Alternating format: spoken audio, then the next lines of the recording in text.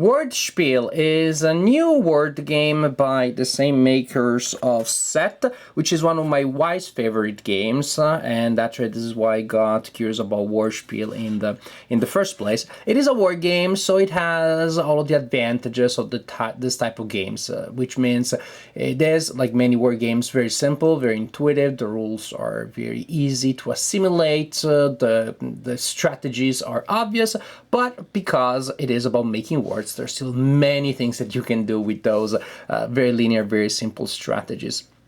Here, in particular, the idea is that you're dealt a number of cards showing letters, and you're making words with them, daha, and your goal is to try to get rid of all of your cards and while other players still have a lot of cards. Basically, cards that are left in the player's hands at the end of a round are negative points, and the player that has the fewest points at the end of 5 rounds is the winner of the game.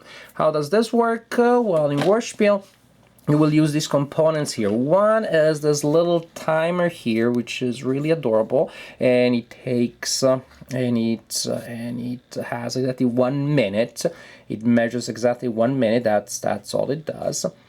And so this is probably unnecessary. Most people these days would be able to use their iPhone, but I have to say, as a little toy, as a little accessory, I don't mind it at all. When I was playing the game with my 7-year-old daughter, we gave the timer to the 5-year-old daughter that is really too young to play this game.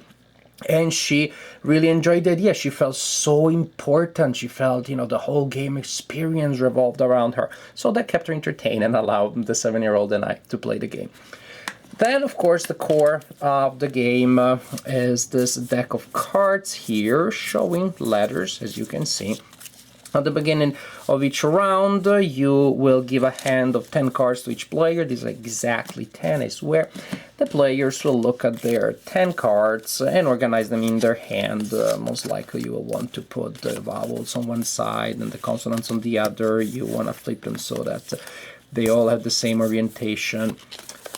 And then the game is ready to start when everybody has prepared their card, their hand. You flip a card face up from the deck. The first player goes, and the first player has a minute to add to the initial letter, adding letters from their hand to form a word. So that means you add a letter or more here to form a word. Then the next player goes, the next player has a minute to add to that chain. And to add to a chain, you can pretty much use the end of the chain. You can use the last card or the last couple of cards, as long as the block of cards that you're using forms a new word with the letters that you have added to it. For example, say from the cards that I had in my hand, I can write the word relies. And then the next player will add from here, or from here, or from here, or maybe heck, the next player can even use the whole chain if it is possible to add to that chain and to make a new word. What happens if you're stuck? That is, if you're not able to add to the chain, which incidentally is something that happens fairly often when the last letter is a Y. Very hard to make a word that starts with Y or that has Y as its second letter. In which case, you draw a card from the deck, and without looking at it, you add it to the chain or you add it to your hand. Pretty much what you're doing is you're passing and you get that card. And suppose we have decided to add a random letter there.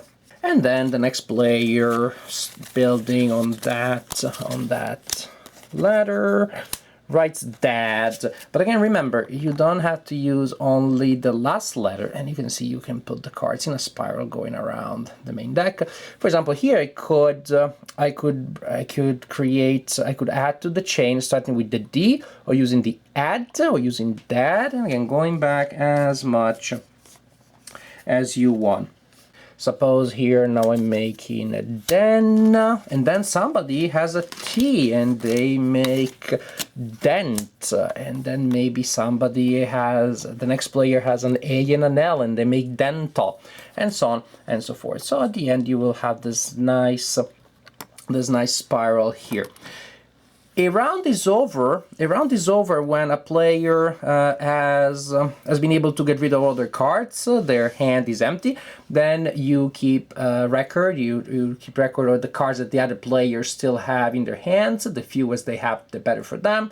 The more they have, the better for you. For you that were able to complete the round without any cards in your hand. You keep track of how many cards people are left in their hand at the end of each round, and at the end of the 5th round, the player with the lowest score is the winner of the game. And this is, in essence, WordSpiel, which I have to tell you, well, there is more than meets the eye, or maybe not, but it feels that way. It feels that the game has a lot of strategy, a lot of interesting elements and wrinkles to it. The general idea, look at your cards, move them around to get new insights about them and try to make a word, is very simple, very intuitive. We have seen it in a ton of games. But it's, well, maybe the very fact that it's such a common mechanic is because it is fascinating. It is fun to play with language. It is fun to test your vocabulary, to help children expand theirs. When I play with my 7-year-old daughter, if the spelling was not perfect, I was even fine with that. I allow creative spelling during gameplay, but then at the end of the round, I would say, by the way, that's okay because you're just playing, but look, it could be, the actual spelling is this one, and then I could show her the real spelling. This way, you have the little educational moment that does not ruin the game. Like, no, stop the timer, you have to get it right, etc., etc., etc.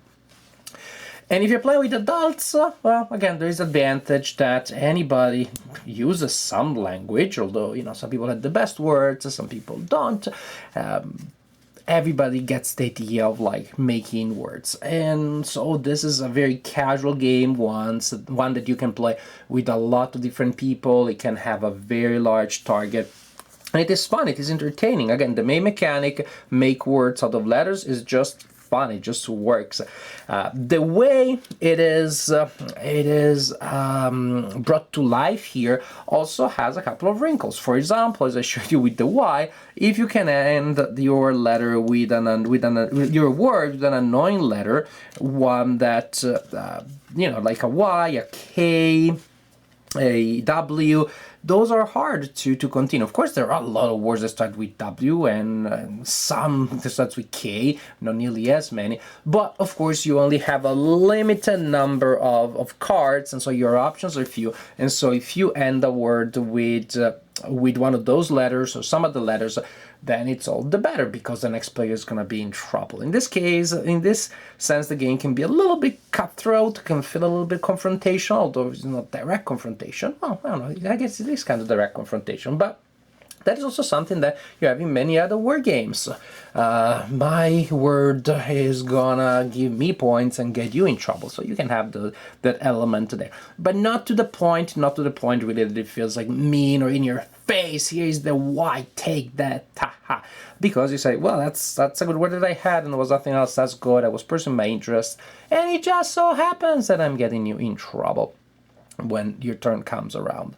And with turns that last a minute only, you really are not going to have the problem of analysis paralysis, which actually is something that you have in several word games. So this is a really fun, light, simple game. I personally enjoyed it, and I would recommend it to anybody who's interested in word games, anybody who is going to have relatives and friends over for the upcoming holidays, because this is a game that you can play with so many different people, and definitely one that is simple, enjoyable, and very entertaining. WordSpiel.